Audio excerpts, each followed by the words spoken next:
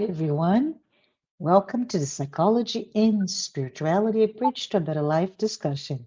I'm your host, Marcia Trajano, and with me is our program founder, Jussara Korngold. Hi, Jussara. How's everything on your end? Oh, everything is great. I'm happy to be here again and doing this work that we love so much. Thank you. Hello, everyone. Welcome back. Thank you. Thank you, everyone who's here with us. But for those that have never seen this program before, in other words, if this is your first time you're watching this podcast, please note that our program, The Psychology in Spirituality Weekly Talks, are based on the works by Joanna de Angelis. And we're here to offer all of us, you, Jussara, and myself, a safe space to perhaps bring and expand spirituality concepts from a psychological lens and bring in insights to all of us.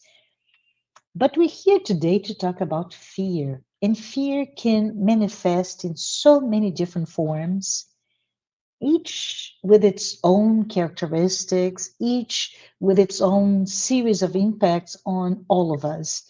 Examples may include, existential fear, social anxiety, PTSD, or perhaps fear of failure, of intimacy, of change.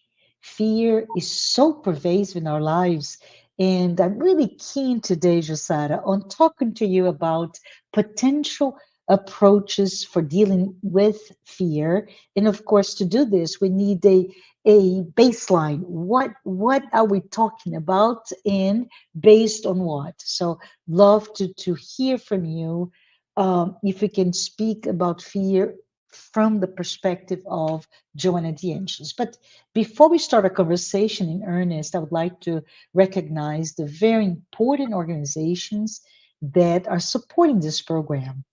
TV Mansão do Caminho, the United States Spiritist Federation, the International Spiritist Council, and AMI Brazil. Thank you very much, all organizations, for your continued sponsorship. For you who may be here for the first time or not, and you haven't hit subscribe, please do so so you can get to this program faster. If you want to hear more, please go to spiritist.us. There's lots of information that can elucidate other questions. And if you have questions, please write them down. Love to hear from you, your insights, feedback, critique, and most important, your question. Josara, I believe that many of us, at least I am, and I think you are too, who are interested in psychology, may have watched a very, very insightful movie. And actually, it has a sequel, right? So it's Inside Out and Inside Out 2. And I find those just amazing and quite timeless. The sequel that was released in August 2024 features that main character, the girl. Her name is Riley, and now Riley is entering puberty. Riley, with this, no longer a child, but now in her preteen years, is experiencing, and in addition to the emotions that we were acquainted with, with in the first movie. So there, I believe, there joy, anger, sadness, disgust, and fear, right?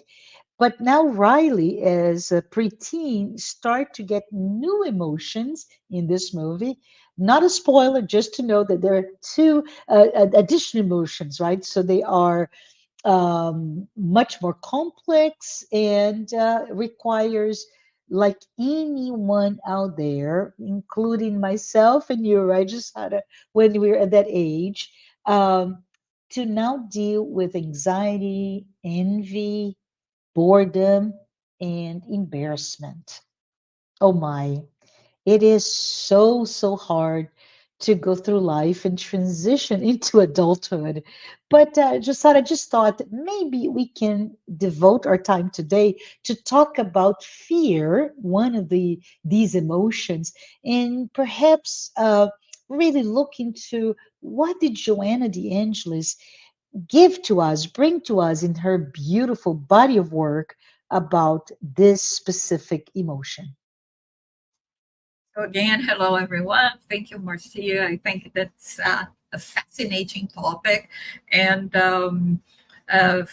for all purposes, the movies that we are mentioning are directed to children and youth. But I think it resonates so much in all of us. Even some, I've been hearing that therapists have been commented about or commenting about the movies as well as being a very important tool for for them to deal with children that needed attention in the sense. And even if like you said, Riley is going to through puberty, and but I mean, when we are watching it, we feel ourselves in there as well. So Yeah. those are emotions that let's say initiates us into adulthood and are going to be following us. In the case of fear, for instance, from the perspective of the benefactor Joanna de Angelis, and she has several books that mention fear. In fact, she talks about fear as being a human experience. We don't Yes. go through human experience without having experienced, fear. Um, Hmm. every other day, you know, and Hmm. but in a way, she says that we can look at the positive aspect that Hmm. is a protective mechanism, so that we Yes. will be like an alert for us to avoid getting ourselves into trouble. Yeah. So we'll be recognizing situations that may be dangerous. As although we can say that in a way, fear and anxiety walk hand in hand, they Yep. are not the same. And Hmm. like we when we were analyzing anxiety, we also said about the benefits about of the anxiety and how it can come naturally in a natural way in situations of life. What Hmm. about fear is the same thing, but as all those emotions that sometimes we have a tendency of already placing them in the negative side of Hmm. emotions, uh, they are not necessarily there for us to explore the negative side or to give ourselves into that. And I even think, sorry to interrupt, just had, but I do think this is a social, cultural construct. This idea that perhaps being sad is a very negative aspect of an experience, and likewise, fear is very. There's a negative judgment about it. So I think it's very important for you to bring that up. Those are basic emotions. They have a protective nature to all of us. Therefore, we should not only honor them but welcome them as we feel them. Right? Pay attention to them. And you see, this is something that we get conditioned over time. Yes. That it starts when in our childhood or early Hmm. ages, teenager years as well. When we have this, I dare you to do that. Oh yeah. Obviously, for you to dare me to do something, it's because it's something that we shouldn't be doing, right? It's dangerous to you. Um, and so, we are um, kind of taught that having this kind of emotion is because I'm a coward, is something negative, and Yeah. and in a way, when we become adults, it is hard for us to admit that yeah, I feel fear. Just the other day, Yeah. I was watching a movie, and the guy is having some health problems and very difficult ones, and then someone asked it for him, "Are you afraid of dying?" And we are going to be talking about it. But it was hard for him to admit right away that yes, he Mhm. was afraid. He had fear of it, and because I'm an adult, I'm a guy,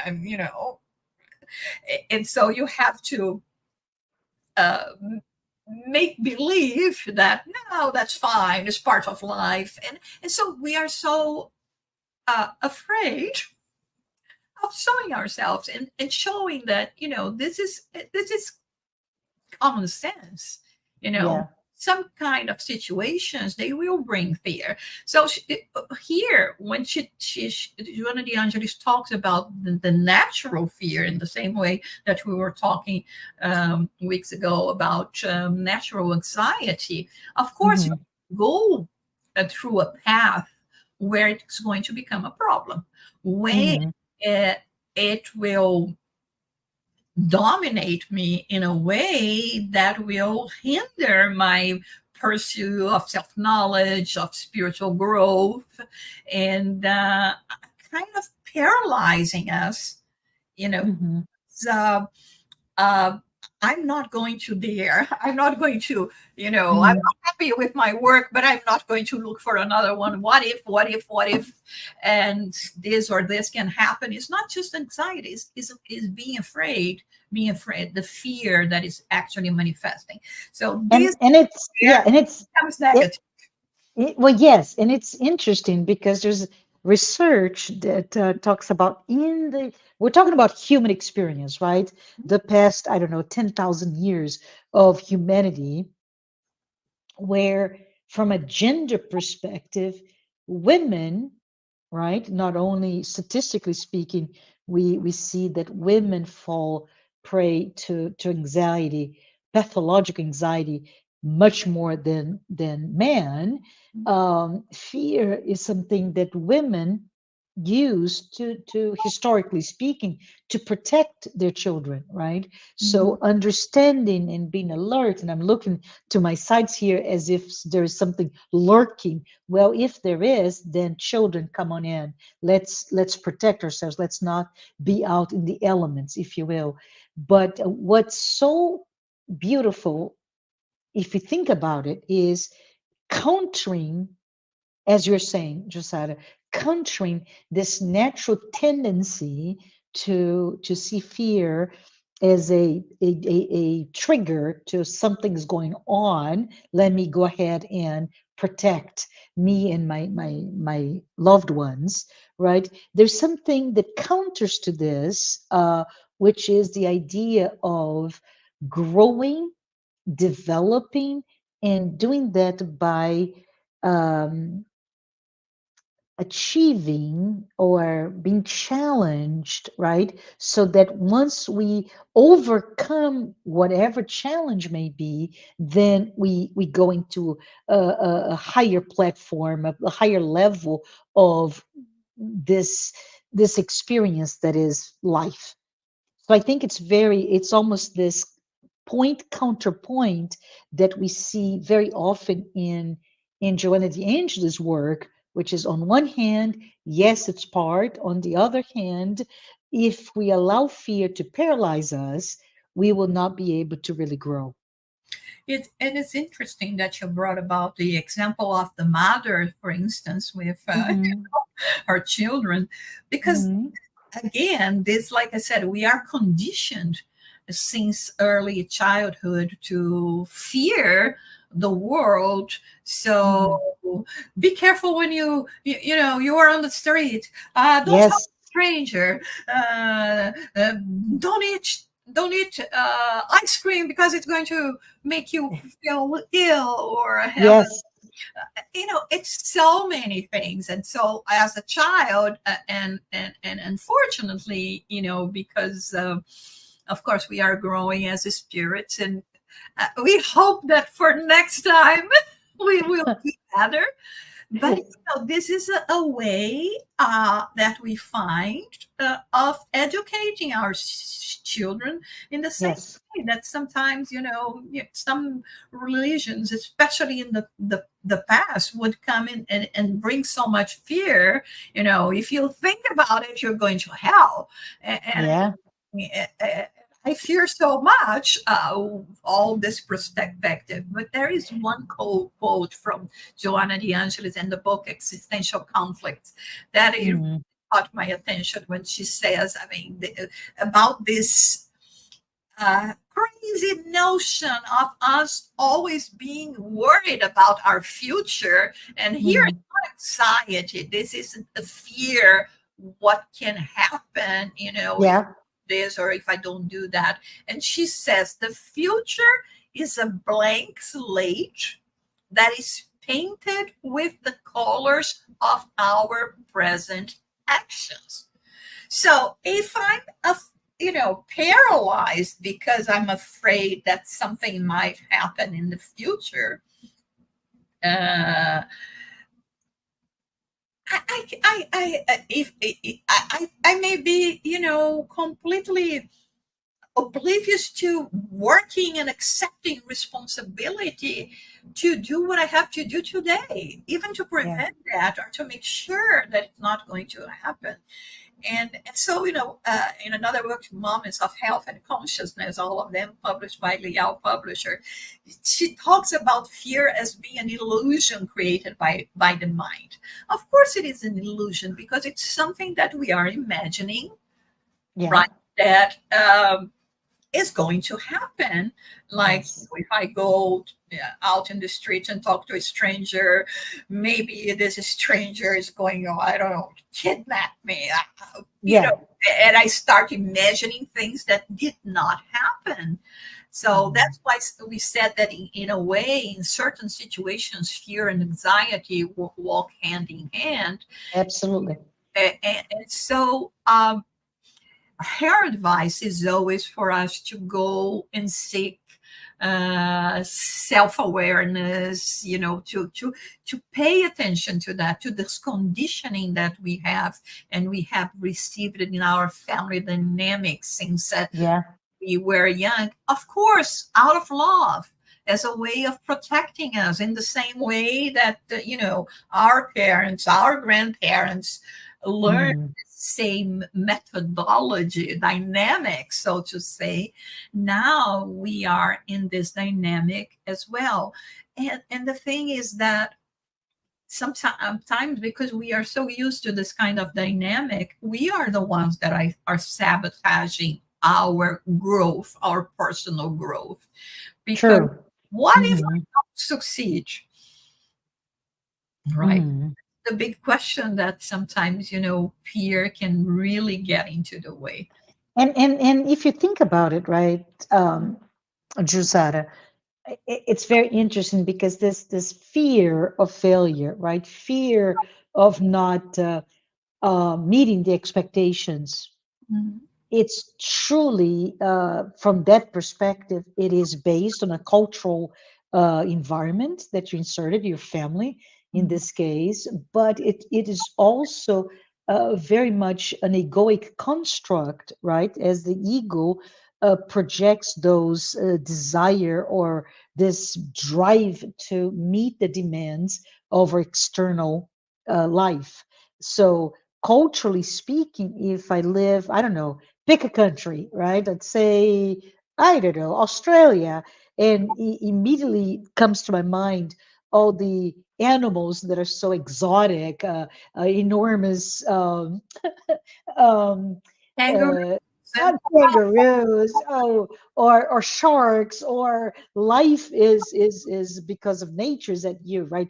You're very much faced with this extensive territory, but if we think about it, for you to live, be born and live in that environment, the fears are much more different than mine living, say, in an urban city in the US, or for you, Josada, or for somebody else someplace else in the world. So I think it's very interesting that we have to understand fear is there to protect us, right?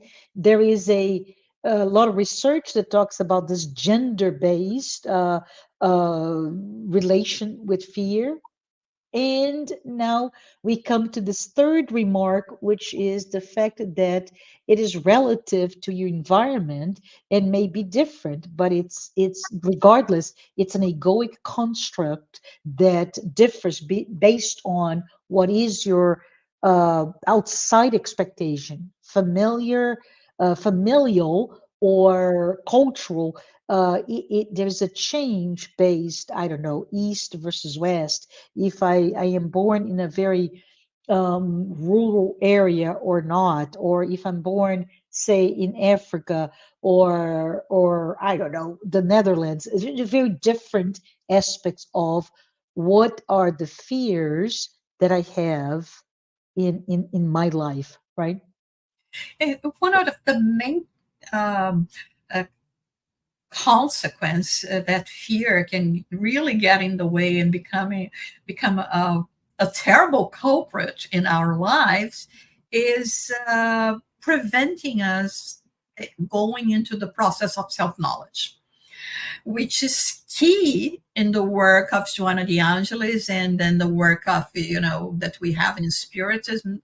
Everything is about, getting to know ourselves, analyzing who we are, not just be behind the ego, the Yeah. persona, the facade that we have, but really to try to analyze ourselves.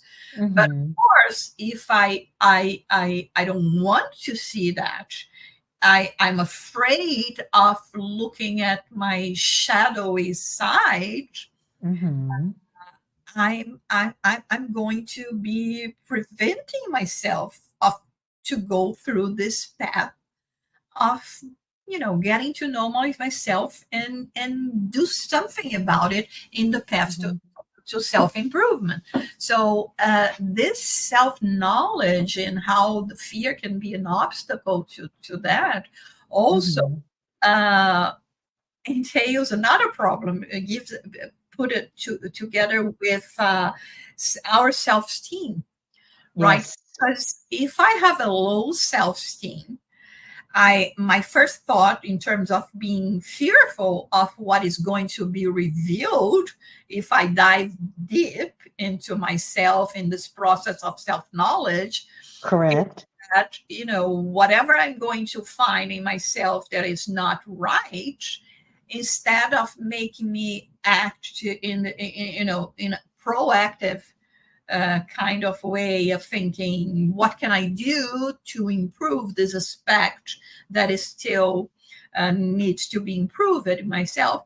I'm going to use that as a negative thing, saying Yeah. the lack of self-worth. See, I'm no good. I don't have that, and this is a problem. Yeah, so let me see if I can break it down for myself, right? The idea of fear has two additional wrinkles, right? Number one, which is as a barrier to our self-knowledge, which is in itself the biggest goal, as we can see when we study. I'm a student of Joanna de Angelis. So as a student of Joanna de Angelis, you start to see that coming through in just about every book that she writes, right? The idea of this is at the end what we need to do is to become more aware of who we are. And as a matter of fact, this is really the biggest the skeleton that drives the learnings that we also gather from Spiritism. So self knowledge and our um, evolution from an inner transformation perspective.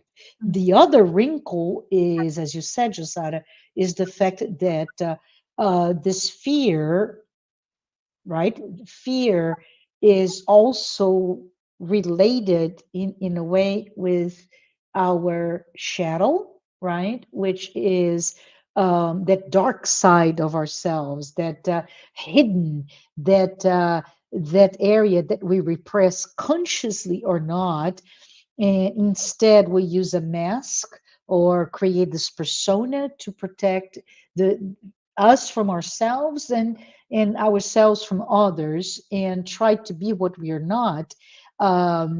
Again, consciously or not, that shadowy aspect of our personality may be there. And when we say, I am brave, so the word here is courage, right? That goes against fear. So if I am brave enough, if I'm courageous enough, I am going to delve into this road, this path towards self discovery. But then the question of self-esteem may come crashing into us, which is what, right? Maybe that we mentioned before, the fear failure, fear of, I don't know, just out of inadequacy, that I'm going to be rejected, that I'm not going to be loved, right? So it's really important that we understand that this is a very real fear, but with the work of self-discovery, there's also the work of self-love and self-forgiveness. Yes, and one thing that in terms of self-esteem is, Mm-hmm. we know, we have a tendency to look at the negative aspects of life, and Yeah. we do the same with us. Mhm. Though sometimes we don't want to realize that much.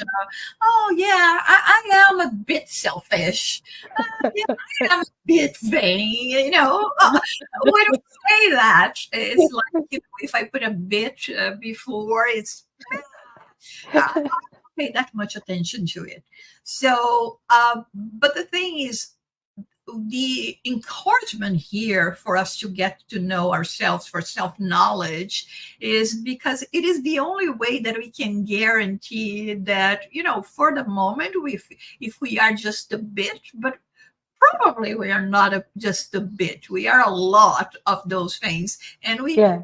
let's reach for the bit instead of being completely perfect. That is going to take a little while.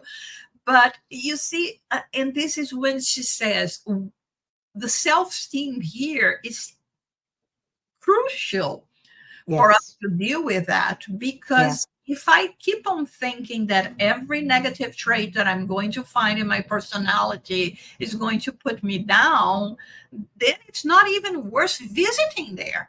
I mean, Yeah. we definitely not mature enough, not prepared to deal with that. And It's what you're talking about here. It made me think. I don't know, Jusad, if you agree with that, but it made me think of individuals that and it's really their defense mechanism are on hyperdrive, right?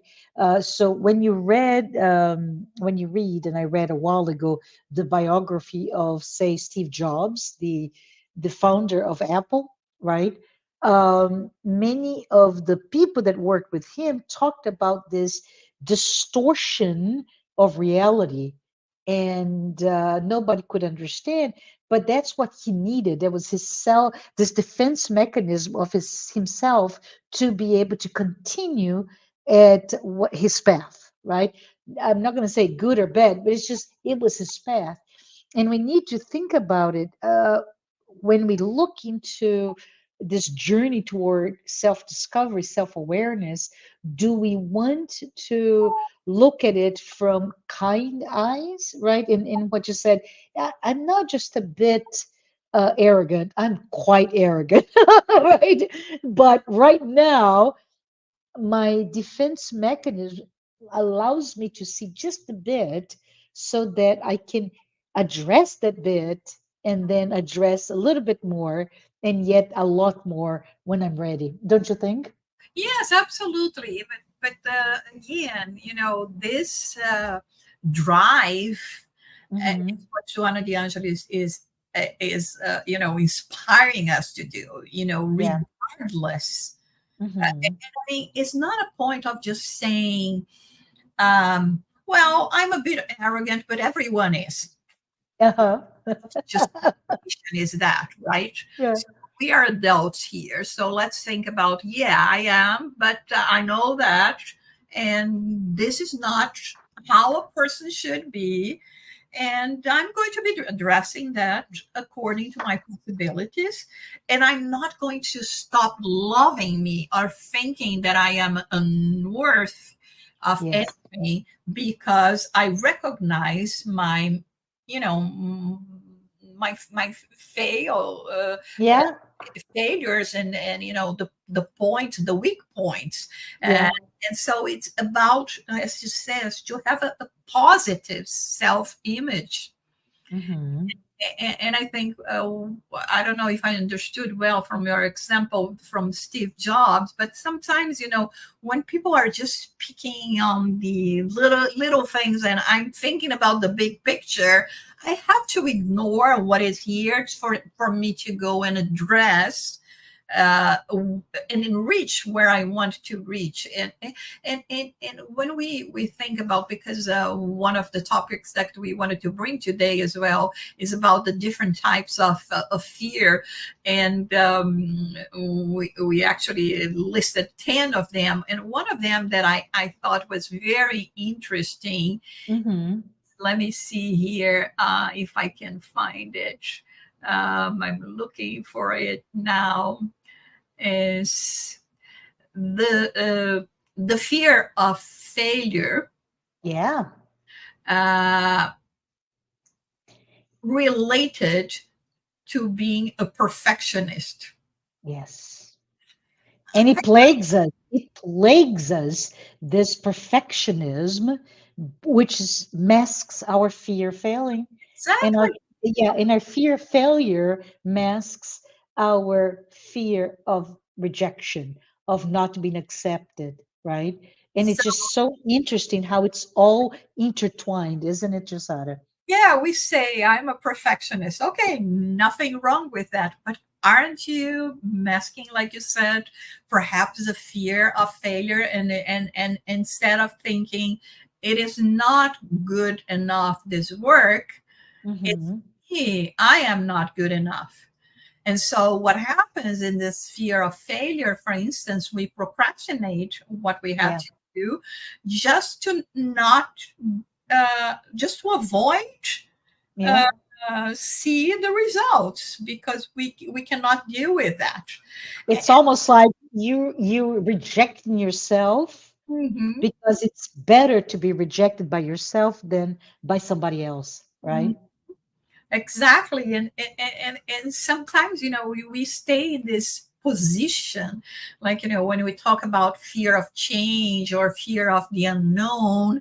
I always remember of this little story of this dog that is outside whining. I Uh, brought a lot of times this story here, whining, and then a person goes by and asks the owner of the dog why he was whining there. There's nothing we can do for him to stop what is, causing so much trouble. And they say, oh, the owner said he's sitting on top of a nail.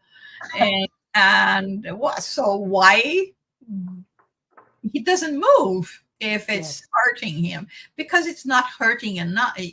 yes, And yes. so, I mean, sometimes this fear of change, this fear of the unknown, is exactly that. We are in an uncomfortable situation, but we are afraid uh, to move out of it. And because it could be worse, right? It could be worse. It So could be. yeah, I always think about it, Josara, actually, when somebody is, let's say, comes to me and in my professional life, I mentor a number, quite large number of young professionals, right? And they start and they're just, so with my many, many years in working, I have amassed some experience that I can help. But whenever they come to me and they're just like angry and, just annoyed, uncomfortable, and I said, great, now we're ready to make some change. Yeah. Right now, the discomfort outweighs your your whine, like the dog, right? You used to complain, but you did nothing about it. But when it becomes that upsetting, then you are triggered to do something about it. And I mean, sorry, but it's just so stupid, right? And I'm going to prolong my suffering, Yeah. Yeah. right? Because I'm afraid of. I mean, I'm seeing that I'm driving in the direction of an abyss, and Yes. uh, to the last moment, I'm not going to be changing the course, Yeah. right? And this is those are things that I think when we are talking about fear here is what we have to think about. Is this Mm-hmm. paralyzing me Yeah. from really new opportunities? Uh, uh, And I even say, Jussara, thing. is it right? Is it paralyzing? Is it blocking me? Yeah. But to me, the other part of this question is why? Yes. Right? Why, as you mentioned, why do you allow yourself to drive toward that? I don't know, the Grand Canyon, right? This Yeah. enormous abyss. Thelma and Louise reference here, right? But you're driving and you don't change your course, so you're putting your blinders that are so heavy, so big, so blinding that you're unable to see the consequences of not changing. And I keep thinking that when we look for the why, it's most often than not, it is our ego, our egoic construct that we're protecting, not ourselves. And I think that the way you put it there is say, oh, but I just know this route Yeah, uh, to this place. yeah, Okay, try a different one. yeah, If you know it's going to be leading you into disaster, yeah. what could be worse than that? So Hmm. I think it's very important that Joanna de Angelis mentioned this here, and just for us to to go before we wrap it up and talk about the neuroscience as well. I think it's very interesting the way that we can also put into that all the phobias that we Yeah. have, because we also know, and when we are talking about the spiritual values and knowledge and spiritism about previous incarnation, reincarnation, Hmm. right, which is a key aspect of our understanding of immortal existence, and knowing that sometimes those irrational fears come from the past or come from experiences in our childhood that we don't even remember you know Hmm. so it's important for us also to have this with this knowledge and go into a process of self-knowledge. We talking to ourselves saying, listen, this is in the past, and Yeah. try to overcome it. Maybe we are not going to be overcoming it that much. Is interesting because I have one of those phobias, that's acrophobia, or Mm. I'm afraid of heights, and I live in a Yeah. 35th floor. So as you can see, I have a little balcony here that I don't visit quite often, but sometimes I just go there just to use as a therapy. That's awesome. Not going to happen here anymore. So Mhm. be rational about it. So this exposure that she Mhm. says, but I think if we have to live here today, thinking about a very important thing is that love yourself, Yes. and understand that there are so many possibilities that are brought to you, to us every day, and and like she says, have a positive way of looking at you. You may recognize Mhm. that there is a lot to be done, but you have, look at that glass half full, not half Yeah. empty. Yeah. Yeah. And, But let's go ahead. I'm gonna just try to get you because you mentioned wanting to talk about the neuroscientific perspective on fear. can we just talk a little bit about it? What does neuroscience tell us about this very basic emotion? And by that I mean every human being, 8 billion plus people have to face fear every day of their lives. You see, this is what it's so important as well. And when we talk about this approach, spiritual approach, as in three different aspects, like the physical, the emotional, psychological, and also the of course the physical one.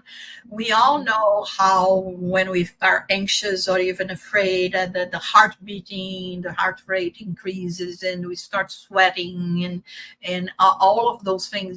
We feel that there is something happening with our bodies, and of course, the discharge of unnecessary adrenaline is going to affect ourselves, poison Yeah. ourselves in a way. And so they say that the amygdala is going to be sending signals to other parts of our brain, like the hypothalamus and the brainstem. Hmm. It's going to be initiating a physiological response that is going to provoke this rush of adrenaline. And so, when we are talking about this becoming aware, going through a process of self knowledge, and Hmm. having working for a high self esteem, and and all the changes that we have to go through. It's important to know that if we don't do that, we are affecting our physical health. And what is Yes. interesting is that even from a neuroscience aspect, they recommend mindfulness practices if we are engaged in any kind of spiritual traditions that can help us as well. Everything Hmm. that is going to be reducing this activity, there are going to be working, enhancing the function of our prefrontal cortex. So it's important, and I think it's fascinating It how is. converge Yeah. to the same point. Here, we are Mhm. not talking about philosophies, religions, or just pure science. We are saying, listen, you analyze through an aspect, I analyze it through another one, but we are all going to the same place, and basically the the the way for us to, the antidote for all that is basically the same.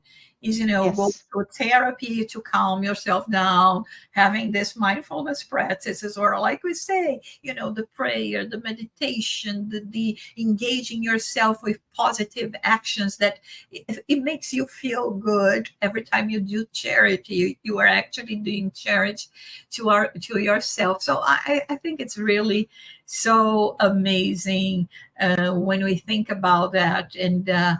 And like Joanna de Angelis says, when we understand and confront fear, we Uh-huh. use that as a very powerful tool for our personal growth. Absolutely. I think this is beautiful, what you said, tying it all together.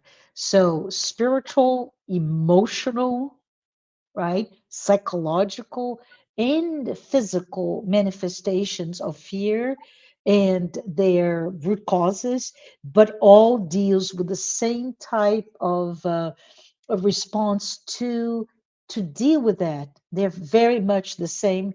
And what can we maybe count to five? I don't know. So mindfulness, breathing, prayer, meditation, and do get away from yourself by working for others, right? So charitable work, community service, or just call somebody, pay attention to others who are going through something. And I call this is my own way of saying, get away from yourself.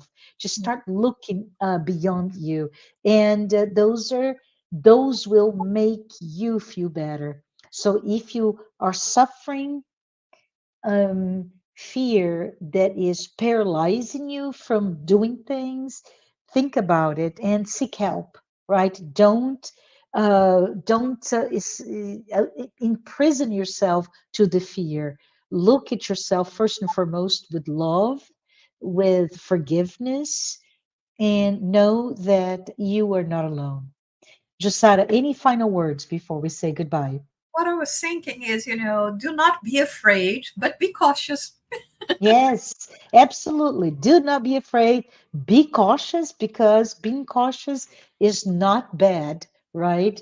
And as I said, we both watched this very cute and interesting movie. It is as Jasada mentioned, it was made for children and young adults, but it is timeless and it's ageless. It is really speaks to all of us in the realm of our emotional self, our inside, as it comes out to be seen by the audiences like you and me.